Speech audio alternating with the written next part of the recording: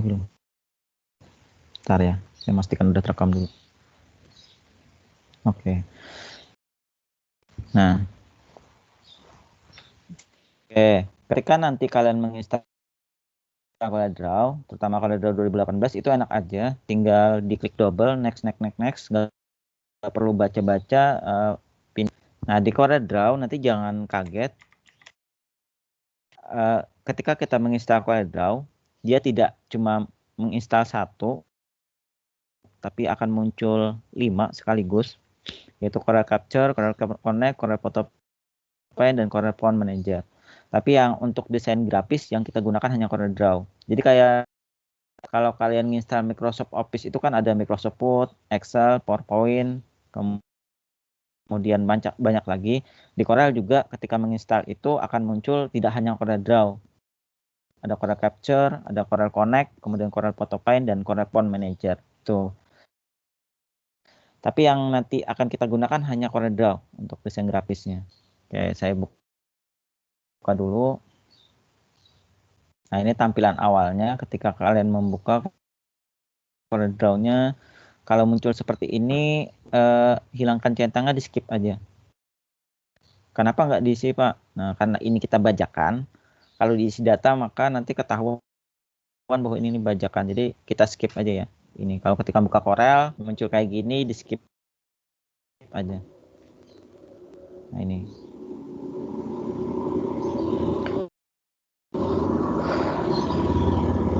Sambil siapin kertas, buku, sambil lihat juga ini agak. Nah, jadi tampilan awal dari CorelDRAW setelah kita skip tadi akan muncul seperti ini. Dia akan menampilkan apa saja yang sudah kita pernah kerjakan di sini. Kemudian ada new document, ada new from template, ada open document. Nah, bedanya apa? Kalau new document artinya kita membuat sebuah file CorelDRAW baru, benar-benar kosong. Kalau new from template, jadi sudah disiapkan, misalnya kita mau buat undangan, dia sudah ada membuat desainnya duluan undangan, kita tinggal ngikutin atau tinggal ngisi. Kemudian ada open document, ini membuka CorelDRAW yang sudah kita buat. Nah, ini misalnya yang di sini kan ditampilkan yang 6 terakhir saja, yang 6 terakhir. Sebenarnya banyak lagi. Misalnya kita mau membuka yang lain, silahkan klik open document. Oke. Nah, untuk pemula kita mulai dari new document dulu, dari dokumen yang benar-benar kosong di CorelDRAW. Kayak diingat ya, yang diklik ada new document. Nah, oke.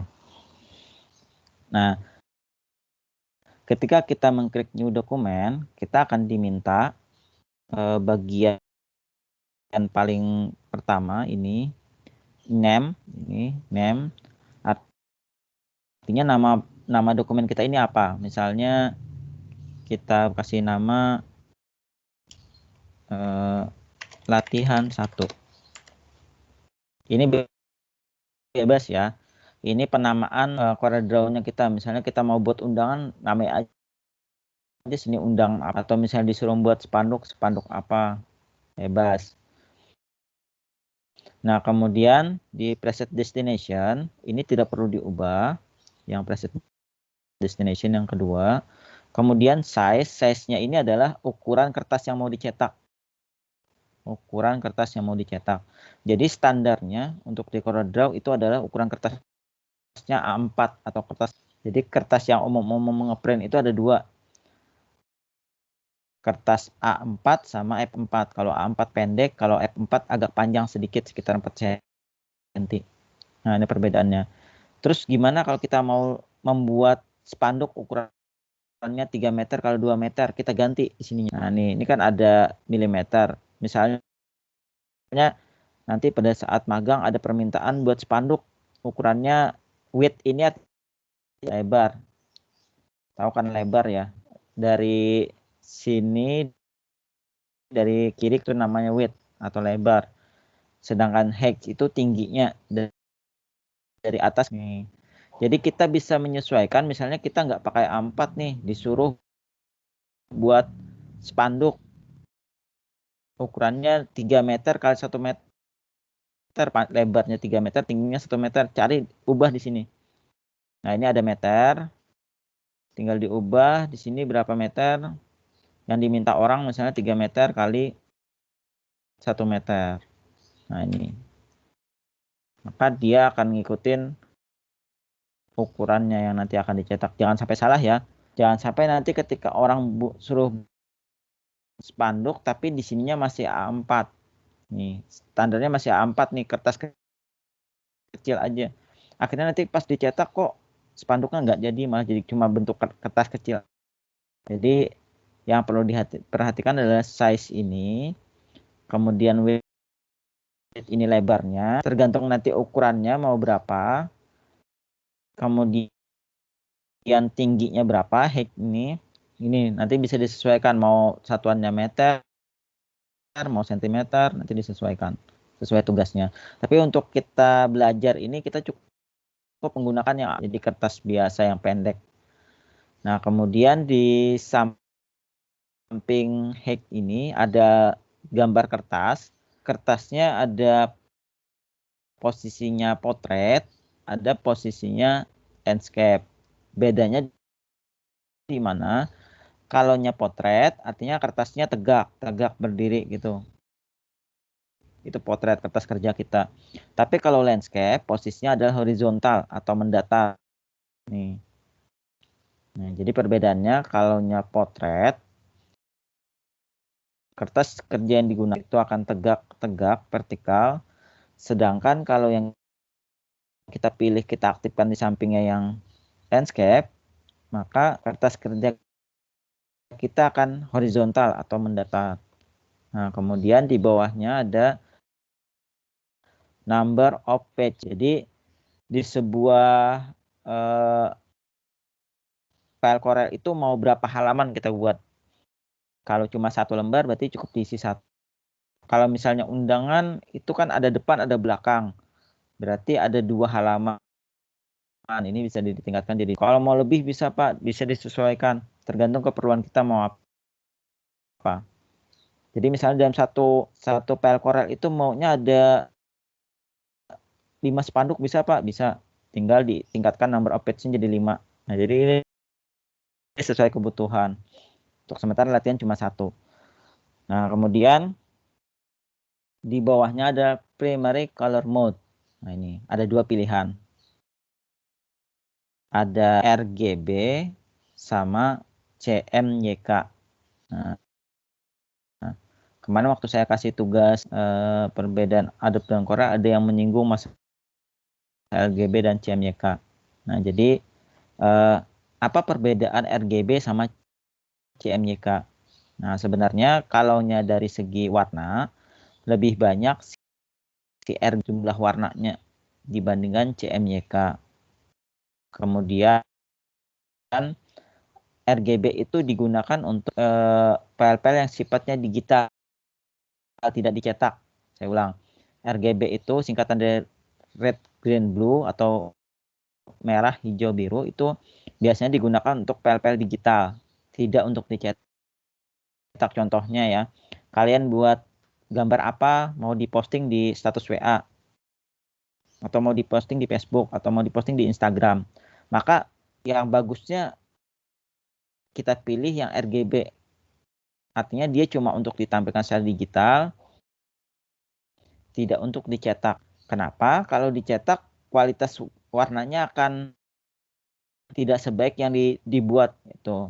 Tapi kalau CMYK itu kalau fungsi kita mau singkatan dari CMYK itu cyan, magenta, yellow, black.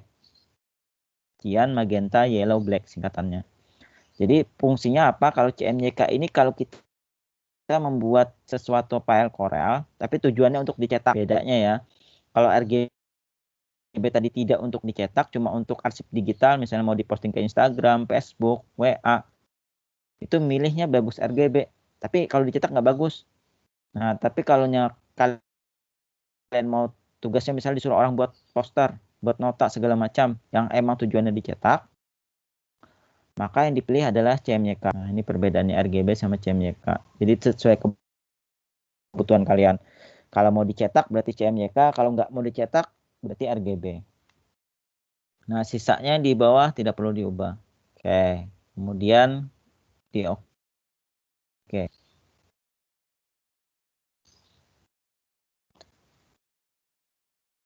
Nah, nanti kita akan dihadapkan pada kertas kerja. Ini namanya kertas kerja. Tadi karena kita memilih kertasnya A4, ini kertasnya A4. Kemudian posisinya adalah tegak atau vertikal. Nah, maka tampil kertasnya kayak gini. Nah, kemudian putih di sampingnya ini juga bisa digunakan untuk menggambar atau membuat objek. Namanya kalau ini kertas kerja, kalau ini jendela kerja. Nih, kalau yang putih di sekeliling kertas kerja kita. Nah, perbedaannya di mana? Kalau kertas kerja yang ini biasanya untuk yang kita kerja tapi untuk dicetak. Kalau yang di jendela kerja kita bisa buat objek apapun, tapi pada saat dicetak atau dihasilkan sebuah file, maka dia tidak tampil. Tuh, tidak tercetak yang di luar gambar ini, di luar kertas kerja kita ini. Jadi bisa aja kita buat objek di luar sini bebas, tapi ketika mau dicetak dia tidak akan tampil. Biasanya kalau orang mau buat spanduk tapi takut merusak dulu bagian dalamnya, dia akan coba-coba dulu di bagian luar sini. Biasanya orang akan buat dulu, oh gimana ya kalau tulisannya kayak gini di luar sini. Oh sudah bagus, baru dimasukkan ke kertas kerja. Itu boleh, salah satu triknya. Oke, nah yang hari ini kita akan pelajari itu adalah membuat objek sederhana dari rectangle tool sama ellipse tool dan juga dua fungsi ini, pick tool sama zoom tool. Saya ulang, rectangle tool, kemudian ellipse tool, pick tool, dan juga zoom tool. Nanti 2 minggu lagi kita tingkatkan yang menggambar sendiri yang kayak gini. Sementara kita gunakan yang bisa menggambar secara sederhana dulu. Oke, jadi di Corel dia ada menyediakan yang namanya rectangle nih, yang bentuknya persegi kayak gini. Nah, kalau kalian klik, kalau ada panah kecil hitam di sini berarti ada tool yang masih disembunyikan. Nah, ini ada. Kalau kita klik di panah kecil di bagian rectangle tool, akan muncul dua pilihan. Yang pertama rectangle, yang kedua 3-point rectangle. Nanti kita akan lihat perbedaannya. Nah, oh ya, sebelumnya pastikan bahwa yang di sebelah kanan sini yang aktif adalah hint. HINTS. Yang aktif adalah hint. Kalau nggak ada gimana Pak? Cukup ditampilkan. Di sini di bagian Windows, kemudian workspace, Docker, cari hints. Nah, ini dicentang. Kalau nggak ada hintsnya. Jadi saya ulang. Kalau hints di sebelah kanan ini nggak ada, maka kita klik Windows, kemudian Docker, kemudian kalian centang hintsnya. Tuh, Windows, Docker, kemudian kalian centang hintsnya. Oke, bentar. Saya fokuskan ke Corel aja biar ya Corel.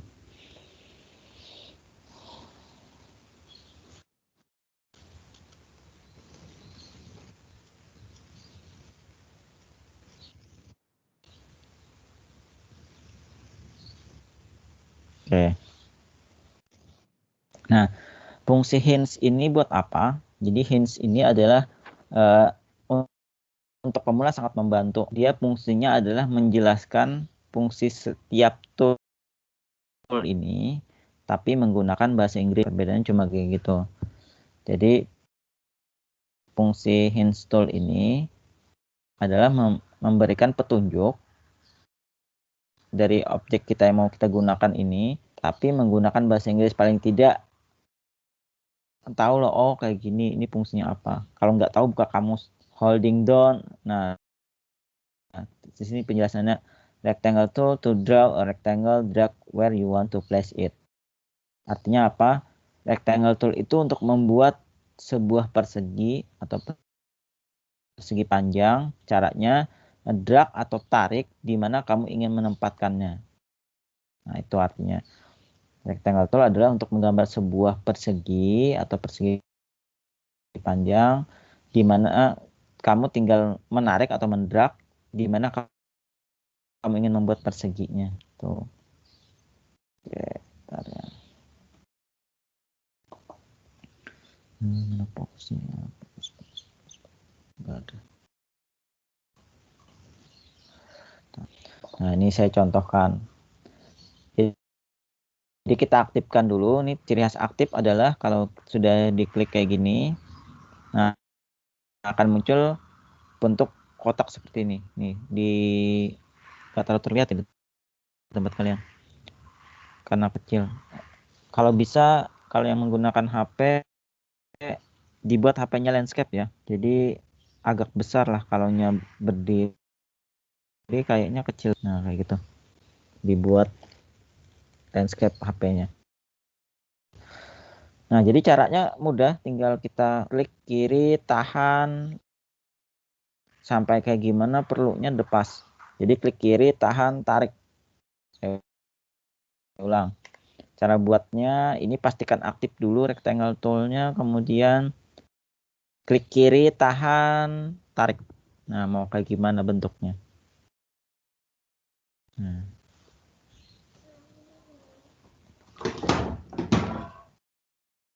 Oke. Nah, di Corel itu akan ada dua bagian pewarnaan. Yang pertama, ini agak saya zoom ya. Nah, ini sambil belajar juga. Nah, di zoom tool. Ini zoom tool. Ini fungsinya untuk memperbesar tampilan kita. Ini saya perbesar. Nah, kayak gini. Jadi tinggal ini ada pilihannya mau yang diperbesar atau diperkecil. Tinggal dipilih nih. Atau memilih yang bagian mana aja yang diperbesar, yang ini, yang ketiga. Atau mau menzoom semua objek. Ini, objek yang tertampil. Tapi biasanya paling umum yang dua ini. Nah, jadi kita lihat objeknya. Nah, ini kalau yang pick tool, kalau pick tool yang paling atas panah ini untuk mengaktifkan objek atau memindah objek. Ini yang pick tool paling atas yang panah warna hitam. Nah, saya ulang. Ada dua bagian pewarnaan di Corel. Yang pertama adalah warna garis yang ini.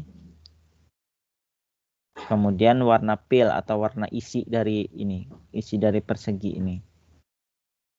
Sekarang saya tanya, warna garisnya ini warna apa? Kelihatan garis. Warna apa? Hitam Pak, garisnya Pak. Hitam. Sedangkan warna fill atau warna isinya warna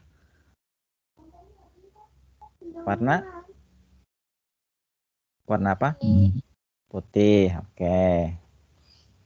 Nah, untuk mengasih warna di sebuah objek CorelDRAW ada dua. Yang pertama warna garis, yang kedua warna fill atau warna isi. Caranya kalian lihat di sebelah kanan CorelDRAW ini ada warna-warna. Jadi untuk warna fill atau warna isi dari objek itu, kita cukup klik kiri pada warna mana yang mau kita pilih isikan ke objek ini. Dengan syarat gini, objeknya aktif. Tahu objek aktif itu artinya kalau diklik pakai pick tool, ini kan sebelah nggak saya klik ya. Ini nggak aktif nih. Ini nggak aktif. karena nggak ada kotak-kotak hitam. Tapi kalau saya klik pakai pick tool, ini saya klik, nah muncul kotak hitam seperti ini. Artinya ketika kita mau mewarnai objek apapun di CorelDRAW, wajib diaktifkan dulu. Cara mengaktifkannya, klik pick tool, kemudian klik objeknya. Nah nih, ciri khas objek aktif adalah dia ada kotak-kotak hitam seperti ini. Nih. Nah, bagaimana mewarnainya? Kalau kita klik kiri di warna ini, maka yang dikasih warna adalah pilnya. Ini saya klik kiri ya. Klik kiri pada mau warna merah. Kita lihat. Nah, maka warna pil atau warna isinya akan berubah menjadi warna merah. Kalau mau ganti warna, tinggal klik aja. Mau warna apa lagi, misalnya saya mau ubah warna kuning, tinggal klik kiri aja, kuning. Udah berubah. Nah, itu kalau mau mengubah warna pil. Sedangkan tadi saya bilang ada dua pewarnaan di CorelDRAW. Ada warna pil atau warna isi, ada warna garis. Nah, bagaimana untuk warna garisnya? Ini saya tebalkan dulu ya. Coba lihat. Untuk garisnya, biar kelihatan, kalian tebalkan di bagian sini nih. Pastikan objeknya aktif, kemudian ini ada lambang pensil, kemudian di samping lambang pensil itu 0,2 mm, 0,2 mm. Supaya agak tebal kita tingkatkan, misalnya saya tingkatkan jadi 2,5. Nah, ini agak tebal. Supaya kelihatan perbedaan antara warna garis sama warna pil. Nah, sekarang bagaimana cara mewarnai pil ini, mewarnai garis ini? Tadi kan kalau warna pil atau warna isi, kita tinggal klik kiri pada warna ini. Ini ada hitam segala macam. Yang paling atas adalah warna yang lambang silang kayak gitu. Artinya tidak dikasih warna. Nah, jadi perbedaannya diingat, kalau warna yang paling atas ini yang lambang silang itu artinya tidak dikasih warna. Apa ya istilahnya, transparan. Jadi kalau contoh ya, saya klik kiri ini sebenarnya bukan putih. Ini sebenarnya bukan putih, tapi transparan. Kok terlihatnya putih, Pak? Ya karena belakangnya putih. Kalau belakangnya biru, dia biru juga ngikutin. Karena dia nggak dikasih warna. Ini artinya yang tanda silang ini. Jadi kita beda. Nah, jadi kalau tanda silang itu artinya tidak dikasih warna ya, atau transparan. Kenapa terlihat putih? Karena background belakangnya putih. Nah, sekarang bagaimana cara kita mengasih garis? Perbedaannya, kalau warna pil itu diklik kiri, sedangkan untuk warna garis itu digunakan klik kanan. Oke, saya ulang. Untuk warna pil atau warna isi dari sebuah objek, kita klik kiri warna yang mau diinginkan, sedangkan untuk warna garis kita gunakan klik kanan. Ini ya saya contohkan. Nah, oke.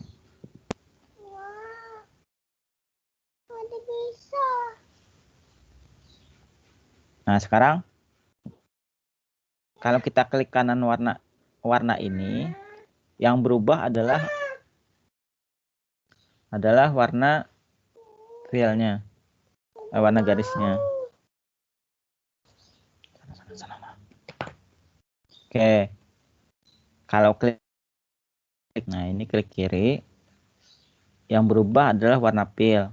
Tapi kalau klik kanan, yang berubah adalah warna garis. Oke. Nah, di tempat kalian terlihat warna apa warna pilnya? Biru. Warna pilnya warna apa?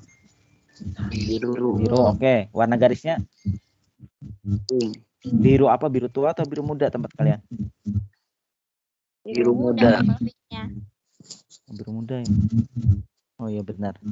Kalau di garisnya warna apa? Pink. Pink. Black. Ya, pink lah. Oke. Jadi itu perbedaannya, kalau kita klik kiri warnanya, maka yang berubah warna adalah pil atau isinya. Tapi kalau kita klik kanan, maka yang berubah adalah warna garisnya. Oke ya, itu dari segi pewarnaan dulu. Nah, sekarang kita akan pelajari bagian-bagian toolbox-nya ini. Sebelum ke bagian-bagian toolbox, kita aktifkan lagi. Saya ulang nih, ini aktif tidak objek yang saya tanya? Perseginya. Belum aktif. Kalau ini sudah. Oke. Nah, ini kalau kita klik satu kali, kalau kita klik 2 kali, nah akan berubah. Jadi fungsi klik 2 kali ini fungsinya adalah bisa untuk memutar objek.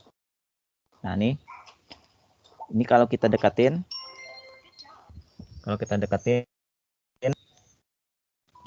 ada lambang kayak mutar kayak gitu, artinya objek ini bisa diputar nih kalau kita deketin ini. Nah. Oke, saya ulang ya, caranya kayak gimana. Pertama, aktifkan dulu objeknya, 1 kali klik, kemudian klik yang kedua, dia akan berbeda. Kalau tadi kan cuma kotak hitam ya, kotak hitam sekarang sudah berubah menjadi, kalau dekatin di ujung sini akan lambang berputar kayak gini. Sedangkan kalau yang ini berubah seperti kayak panah kiri kanan. Nanti kita lihat efeknya. Nah, saya mulai dari yang mutar dulu ini. Jadi kalau ini diputar, nah objek akan berputar sesuai dengan maunya kita, kayak gimana putarannya.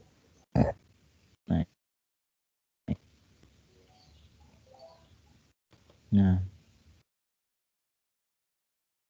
Oke, saya kurangi ujungnya. Oke. Kekecilannya. Nah, ini. Aktifkan lagi pick tool-nya, kemudian klik lagi sekali pick tool bagian kemudian putar. Nah, ini. Jadi kalian memutar, cari yang ini ya, yang ada objek lambang kayak panah setengah lingkaran kayak gitu. Nah, ini. Nah. Kemudian kalau di tengah-tengah ini, di tengah-tengahnya ini ada lambang kayak panah kiri sama kanan. Fungsinya buat apa?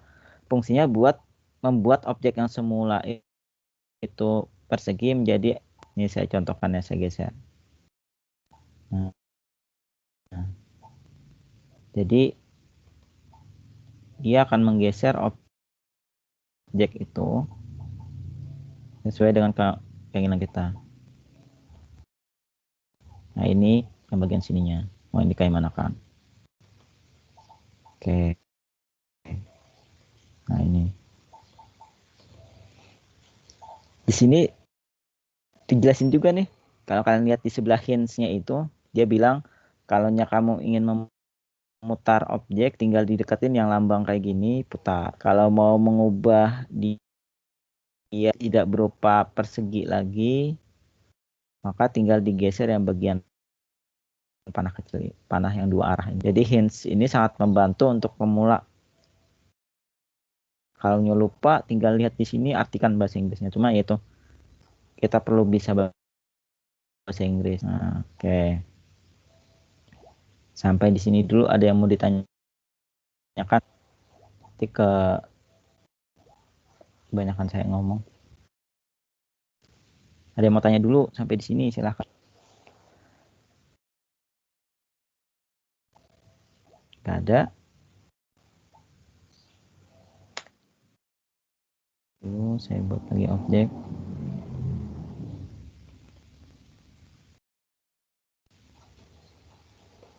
Ada yang mau ditanyakan? Gak ada.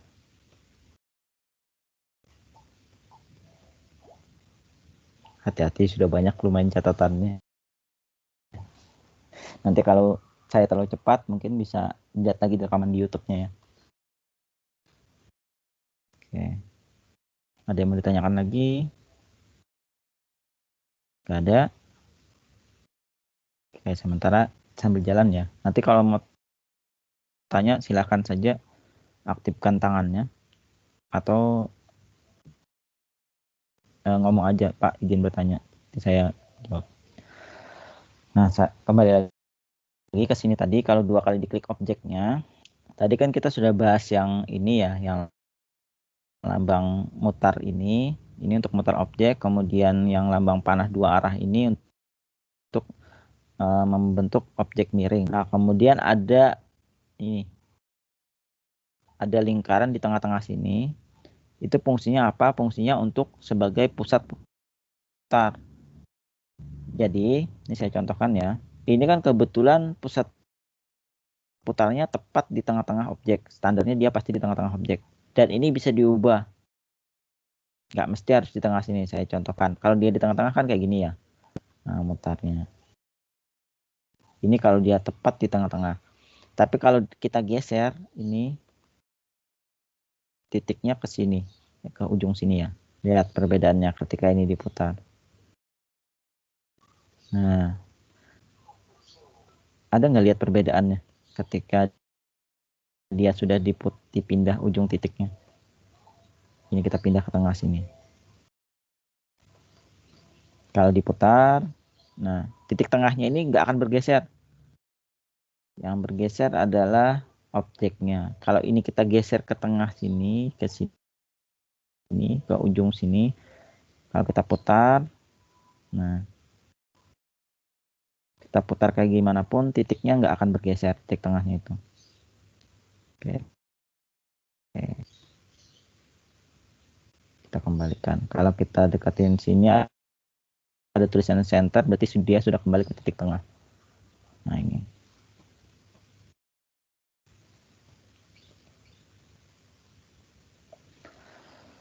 Oke. Nah sekarang kemarin ketika saya menjelaskan masih pengantar awal, itu dijelaskan bahwa setiap toolbox atau setiap alat ini dia akan menampilkan properties yang berbeda-beda di sininya, tampilan yang berbeda-beda. Contoh aja ya, saya klik zoom ini, yang tampil di sini beda dengan ketika saya mengklik rectangle. Nah kayak gini. Kalau saya klik yang ellipse, tampilnya beda lagi. Ini. Kalau saya klik yang teks, tampilnya beda lagi. Nah, hari ini kita harus membahas yang rectangle dulu, rectangle tool dulu. Nih. Oke. Agak kecil ya tempat kalian, semoga bisa ngezoomnya agak susah sih di sini. Bisa nggak di zoom nih? Tampilan saya bisa, tapi tampilannya nggak ada. Oke.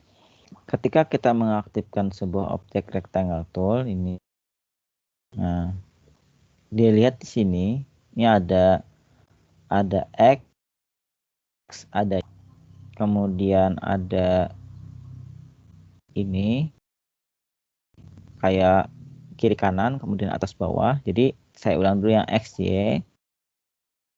Jadi XY ini adalah menunjukkan posisinya di mana objek tersebut berada. Jadi kalau kalian perhatikan penggaris yang ini agak ujung ini adalah menentukan letak objek. Ya, dia berada di X-nya 79,88 mili, kemudian Y-nya di 247,353 mili. Ini kalau kita geser objeknya, maka X-nya juga berubah.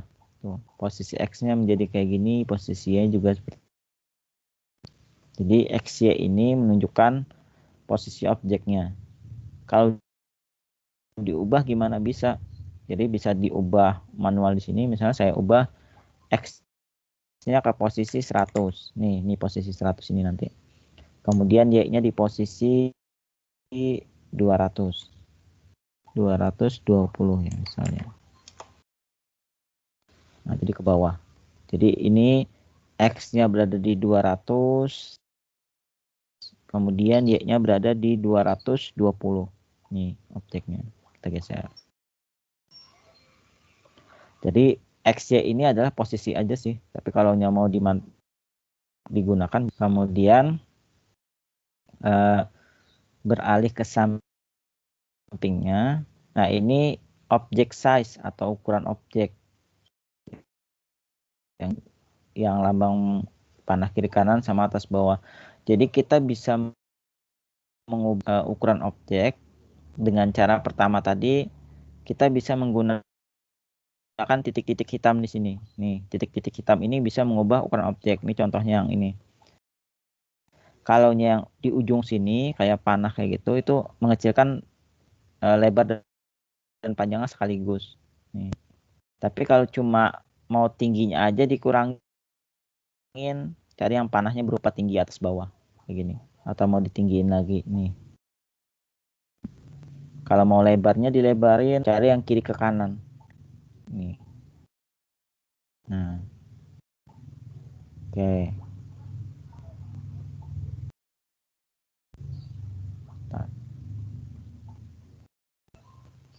Nah, jadi saya ulang.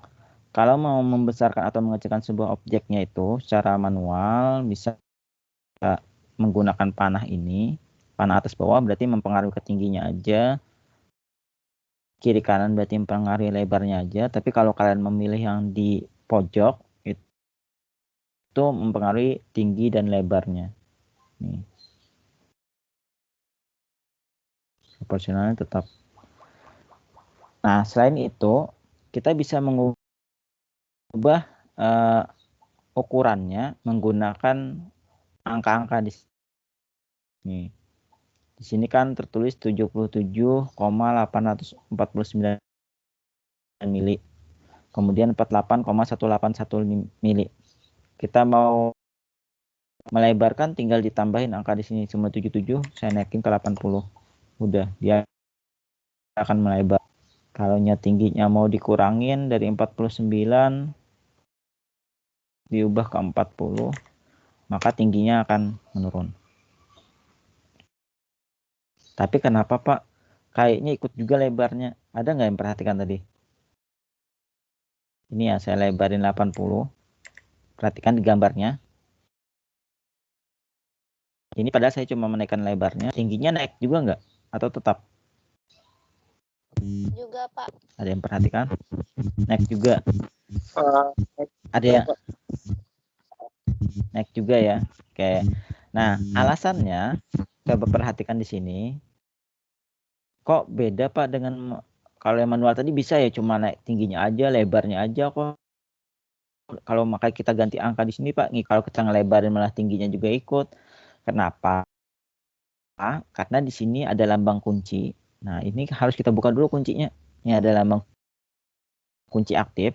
Artinya ketika kita mengubah tingginya, lebarnya juga ikut berubah. Karena kalau kita mengubah lebarnya, tingginya juga berubah. Tuh. Jadi kalau mau main angka di sini tanpa mempengaruhi tinggi lebar, kita buka dulu kuncinya. Nih. Jadi perbedaannya kalau dikunci itu ya, kalau dikunci itu dia akan mempertahankan ukurannya tetap kayak gitu. Kalau kita lebarin, tingginya juga ikut. Proporsional juga ikut kalau dikunci. Tapi kalau kita buka kuncinya, maka kita lebarin tingginya nggak ngaruh. Ini saya contohin. Saya buka kuncinya, ini saya buka kuncinya, kemudian saya lebarin, perhatikan gambarnya. Saya lebarin yang semula 80 jadi 120. Perhatikan tinggi dan lebarnya. Apakah dua-duanya berpengaruh atau tidak? Nah. Lebarnya nambah nggak setelah saya tingkatin lebarnya? Nambah, Pak. Nambah. Tingginya nambah nggak? Tingginya nambah nggak? Tidak. Tidak. Nah, itu nih. Kalau dibuka kuncinya, ya, dia tidak akan menambah satunya lagi. Tapi contoh ya, saya kunci ya. Ini saya kunci, saya aktifkan kuncinya. Nah, saya aktifkan kuncinya, kemudian tingginya saya kurangin. Jadi dari 49 ke 35.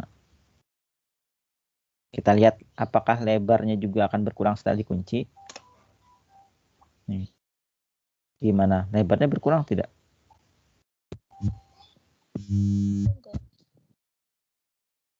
Berkurang juga tidak setelah dikurangi tingginya? Berkurang juga, Pak. Berkurang juga. Nah, jadi fungsi kunci ini tergantung keperluan kita. Kalau kita cuma mau mengubah tingginya aja atau lebarnya aja, dibuka aja kuncinya. Tapi kalau kita mau secara proporsional atau tidak merubah lebar sekaligus mengubah tinggi, maka kuncinya juga dikunci. Nih.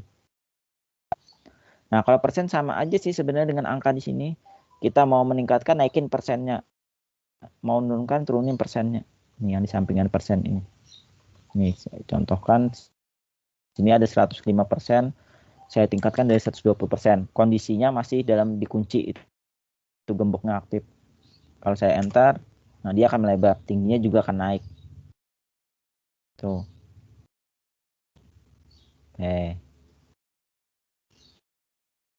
Sudah sampai sini. Sudah sampai bagian sini kita pelajari. Nah, ada yang mau ditanya dulu? Silahkan. Jangan takut, tanya aja. Tapi masih seputar rectangle, jangan yang lain-lain dulu. Karena biar kita benar-benar paham dulu lah fungsi rectangle itu apa. Oke, ada? Silahkan. Baru sampai sini kita jelasin, belum sampai ke ujung sini. Oke. Ada? Ada ya? Masih malu-malu. Oke.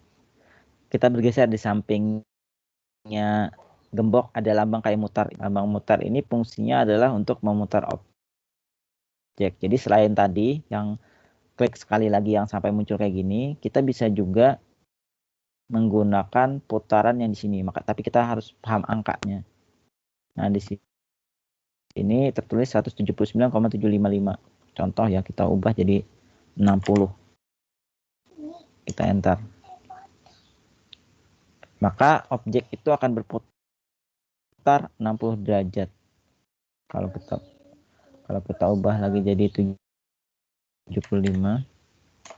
Nah, berputar. Oke, ntar ya.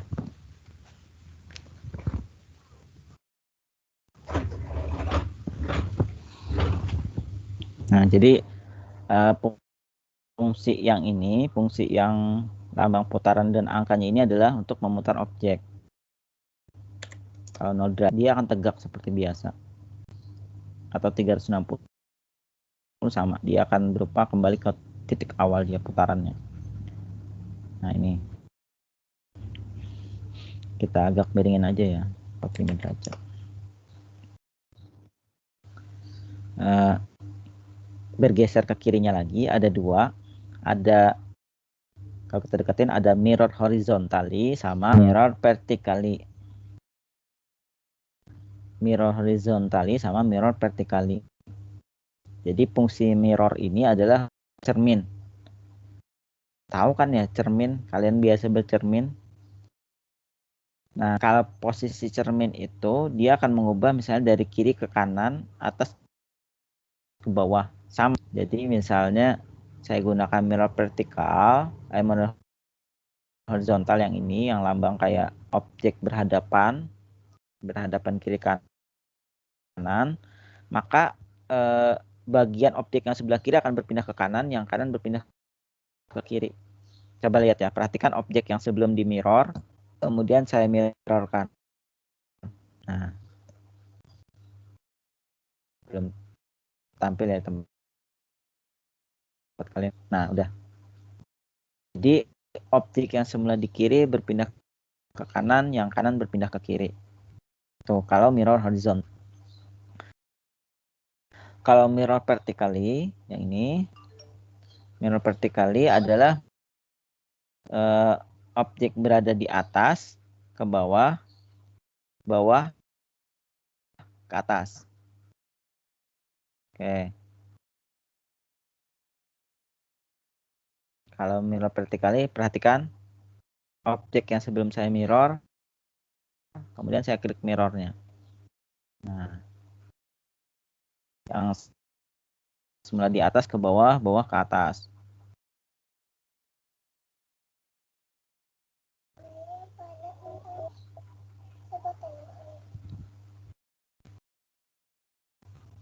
Oke, jadi mirror vertically itu adalah mengubah objek yang dari atas ke bawah dan sebaliknya.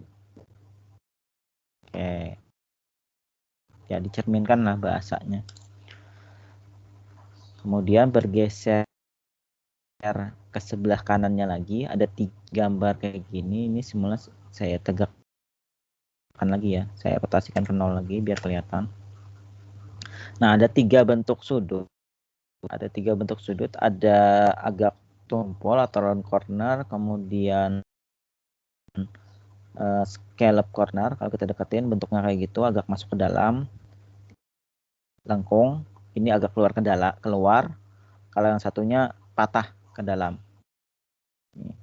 Fungsinya apa? Fungsinya adalah untuk mengubah sudut-sudut dari persegi ini menyesuaikan bentuk yang kita pilih ini. Nah, menyesuaikan bentuk-bentuk yang kita pilih ini. Contoh, saya pilih yang ini, round corner, artinya akan ada lengkungan keluar. Nah, ini adalah angka-angka yang akan mempengaruhinya. Ini posisinya masih dikunci nih, lambang gembok yang di tengah ini masih dikunci. Artinya, ketika saya mengubah sebuah sudut, sudut lainnya akan ikut. Nih, fungsi kalau digembok, kalau saya ngubah satu sudut, semua sudut akan digembok, akan berubah juga. Tapi kalau saya hilangkan dulu ya gemboknya ya. Nah, saya hilangkan dulu. Artinya yang mana mau kita ubah, kiri, kanan, atas, bawah. Yang ini ada sudah gambarnya. Contoh saya mau mengubah bagian kiri bawah, berarti yang ini yang saya ubah. Sini masih 0,0, saya naikin angkanya. Ada panah ini, panah ke atas. Kalian nanti akan lihat di bagian sudutnya ini, sorry tidak terlihat ya, saya ubah 10 aja deh. Nah, sudut kiri bawah setelah gemboknya saya buka, dia akan berubah melengkung seperti ini sesuai dengan bentuk yang saya pilih. Nih, kalau kita pilih yang melengkung ke dalam, nah nih berubah dia. Kalau bagian yang ketiga yang kayak gini, itu perubahan objeknya. Tapi kalau kita gembok, yang saya nolkan dulu. Saya nolkan dulu. Kalau kita gembok, maka ketika saya ubah satu sudut saja di sini, maka keempat sudutnya akan berubah. Nih. Keempat sudutnya akan berubah. Sudut 1, sudut 2, sudut 3, sudut 4. Tapi kalau tidak kita gembok, maka boleh salah satu saja yang berubah. Nah. Oke. Nah, ini sudut bergeser ke sampingnya. Bergeser ke sampingnya ada lambang panah, kemudian 0,2 mm ini fungsinya untuk menentukan ketebalan garis sama kayak tadi. Jadi ada non itu artinya dia tidak punya, kalau saya klik non, nah hilang garisnya, tidak punya ketebalan. Kalau hairline artinya setebal rambut sangat tipis. Jadi kalau mau tipis banget, nah, ini hampir nggak terlihat. Tapi kalau kalian perlu garisnya lebih tebal, tinggal disesuaikan berapa mili tebalnya. Nah ini. Oke.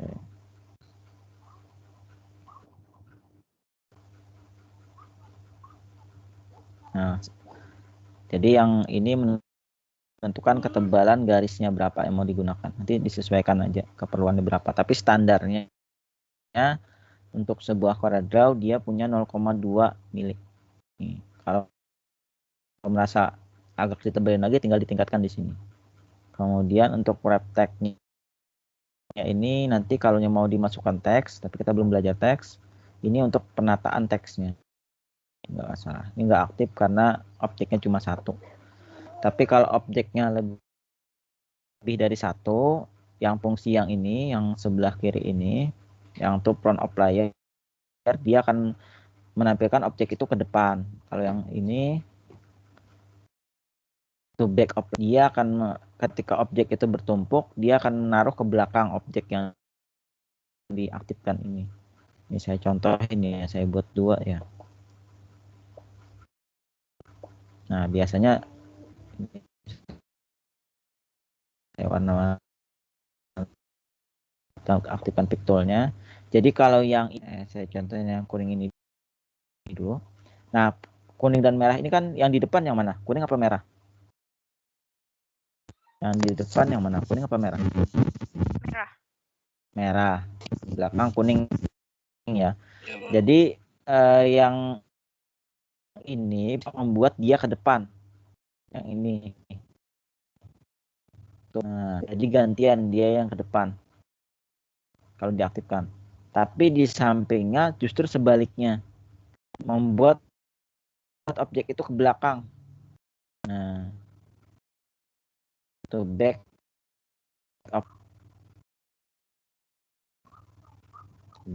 of layer ke belakang. Terus di sampingnya ini ada kayak lambang circle kayak gitu. Fungsinya untuk mengubah sebuah objek kaku persegi ini menjadi sebuah kurva yang bisa dimodifikasi. Jadi kalau kita klik ini kurva, nah ini objeknya. Nanti ketika kita belajar yang ini, saya kasih sedikit aja gambaran. Nah, jadi dari sebuah persegi ini bisa dibuat ini ya. Nah, nantilah kita pelajari bagian ininya. Saya hapus dulu ya yang satunya ini biar terlihat. Nah, fungsinya adalah membuat merekayasa sebuah objek menjadi bentuknya bisa direkayasa lagi, dibuat kurva. Oke. Nah, itu mengenai rectangle tool. Sudah semua dijelasin, tapi nanti kalian buat rangkuman lagi lah kayak gimana. Oh ya, satu lagi. Ketika kita membuat sebuah objek, tadi kan bebas ya. Saya tadi cuma klik kiri. Ini saya buat rectangle tool, klik kiri, kemudian kita tarik kayak gini, bebas. Nah, sekarang bagaimana kalau sebuah objek itu, nah ini kan ada di hint-nya ini dijelaskan, tekan kontrol. Perbedaannya. Tadi kan kita klik biasa bebas kayak gini ya jadinya ya.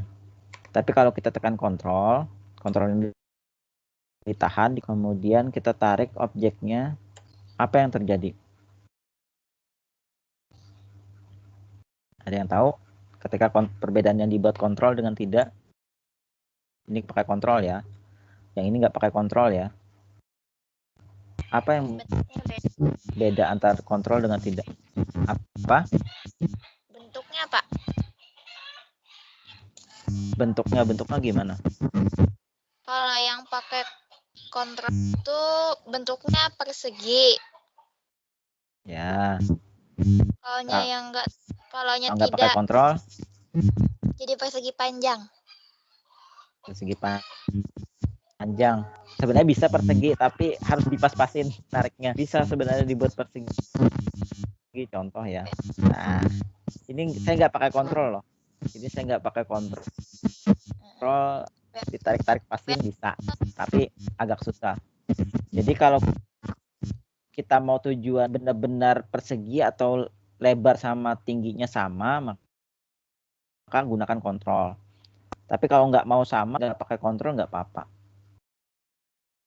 Tuh. Sekarang di hint-nya lagi, masih di hint-nya. Saya ulang. Di hints-nya ini. Nah, ini di hints-nya ada shift. Nah, sekarang kalian perhatikan ya. Kalau sebuah objek dibuat tanpa shift, ini tanpa shift nih. Ini saya buat tanpa shift. Sekarang yang sebelah kanan saya buat dengan shift. Perhatikan. Ini saya tahan shift-nya. Apa bedanya?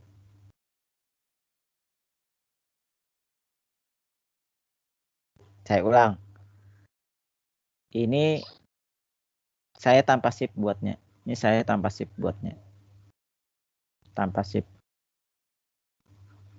Ini saya pakai shift yang objek. Selanjutnya saya pakai shift ya. Perhatikan.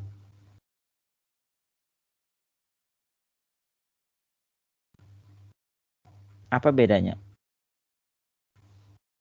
Ini pakai shift ya. Apa bedanya?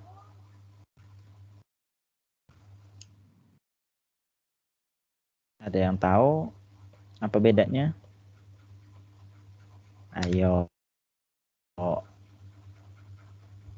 Apa bedanya objek tadi kalau kontrol segi, kalau pakai shift apa bedanya?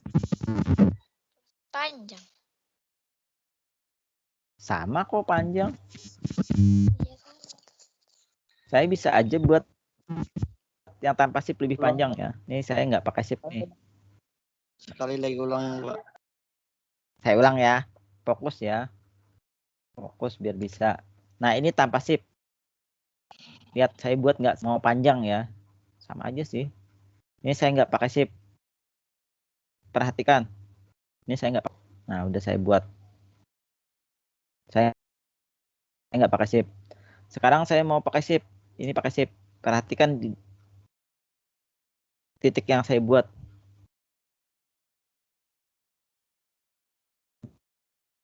Apa bedanya? Apa bedanya?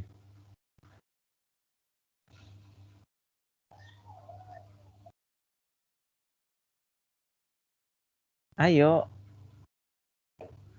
Apa bedanya?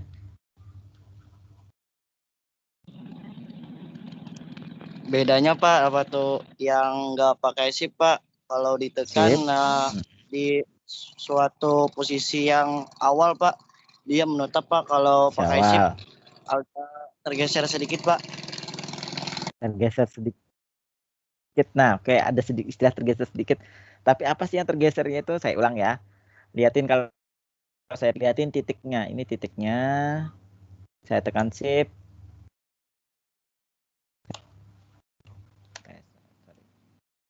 Titiknya saya buat. Nah.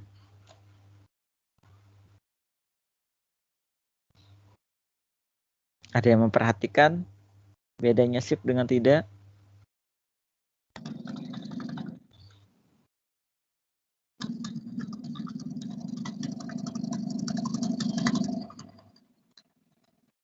Ayo. Oke, sederhana gini. Ini saya punya titik ya. Ini satu titik ya. Ini saya buat tanpa shift. Lihatin. Ini titik panah saya. Ini lihatin yang tanda plus itu. Saya buat objek. Maka objek tersebut akan dimulai dari ujungnya, akan dimulai dari titik yang saya awalin tadi, saya tarik ke ujung lain. Itu kalau nggak pakai shift. Tapi kalau pakai shift, ini saya titik dengan titik yang sama, tapi saya pakai shift, maka objek yang dibuat itu akan jadi tengah-tengahnya di titik awal yang saya tuju ini. Saya contohin ya, ini saya taruh, saya buat. Jadi dia akan melebar atau membuat objek itu tengah-tengahnya itu ya titik awal kita. Beda dengan tanpa shift. Kalau tanpa shift, titik awal itu adalah ujungnya. Kalau pakai shift, titik awal itu adalah tengah-tengahnya. Paham nggak maksud saya? Saya ulang ya, saya hapus dulu. Saya hapus dulu. Nah, ini nggak pakai shift. Kalau sebuah objek dibuat tanpa shift, maka ini perhatikan ya, ini tanda tambah saya. Itu akan jadi ujungnya. Nah, titik awal ini akan jadi ujungnya. Ini di ujung sini tadi saya buat. Nah, ini saya tarik ke bawah sini. Oh ya, di ujung sini posisi ini tanpa shift. Tapi kalau kita menggunakan shift, maka titik awalnya ini perhatikan yang tanda tambah saya. Ini saya menggunakan shift, maka ketika kita membuat objek, titik awalnya itu pasti akan ada di tengah nih. Pasti. Kalau tadi di ujung nggak pakai shift, kalau shift di tengah. Nih. Nah, kalau dikombinasikan kontrol sama shift, maka dia akan membuat persegi dan titik awalnya di tengah-tengah. Nah.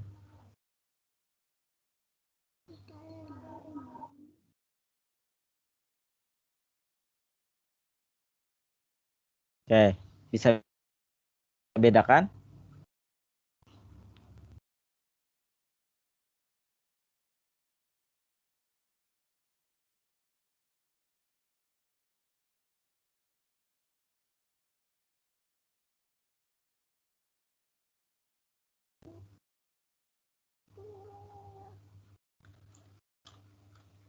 Bisa bedakan antara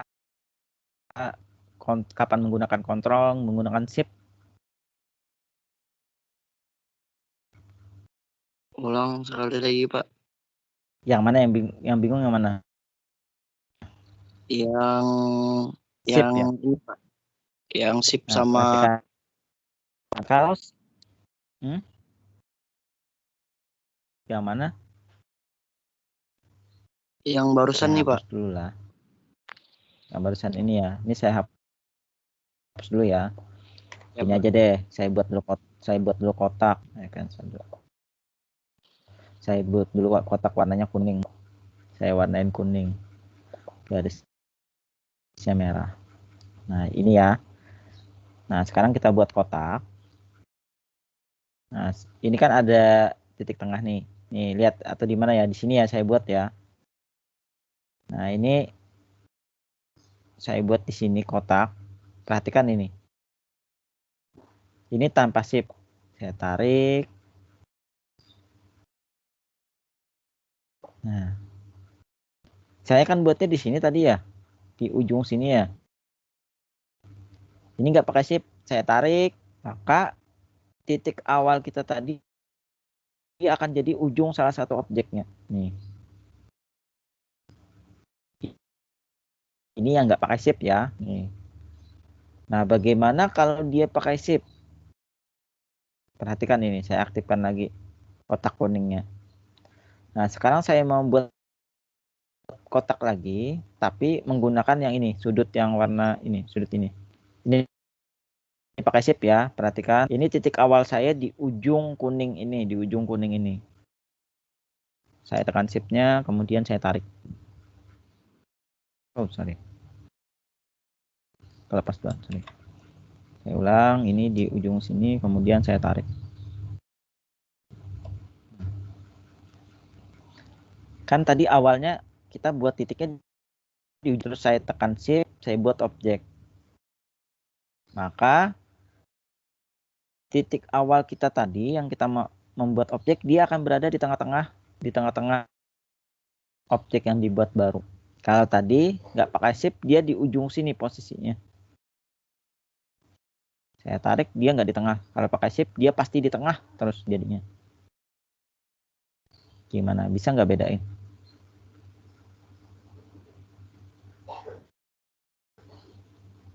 Bisa? Insya Allah bisa. Antara ini tadi yang nanya juga Aries. Oke, paham. Yang lain? Antara ini tadi gimana? Paham sudah, Pak. Oke, paham. Nah, kira-kira udah banyak nih catatan kita. Oke. Nanti kalaunya lupa bisa di download di YouTube-nya ya. Jangan lupa like dan subscribe, boys. Enggak. Yang pasti di download lah dulu. Oke. Udah 1 jam 20 menit. Ada yang mau ditanyakan dulu? Silahkan sebelum saya akhiri. Silahkan. Saya stop.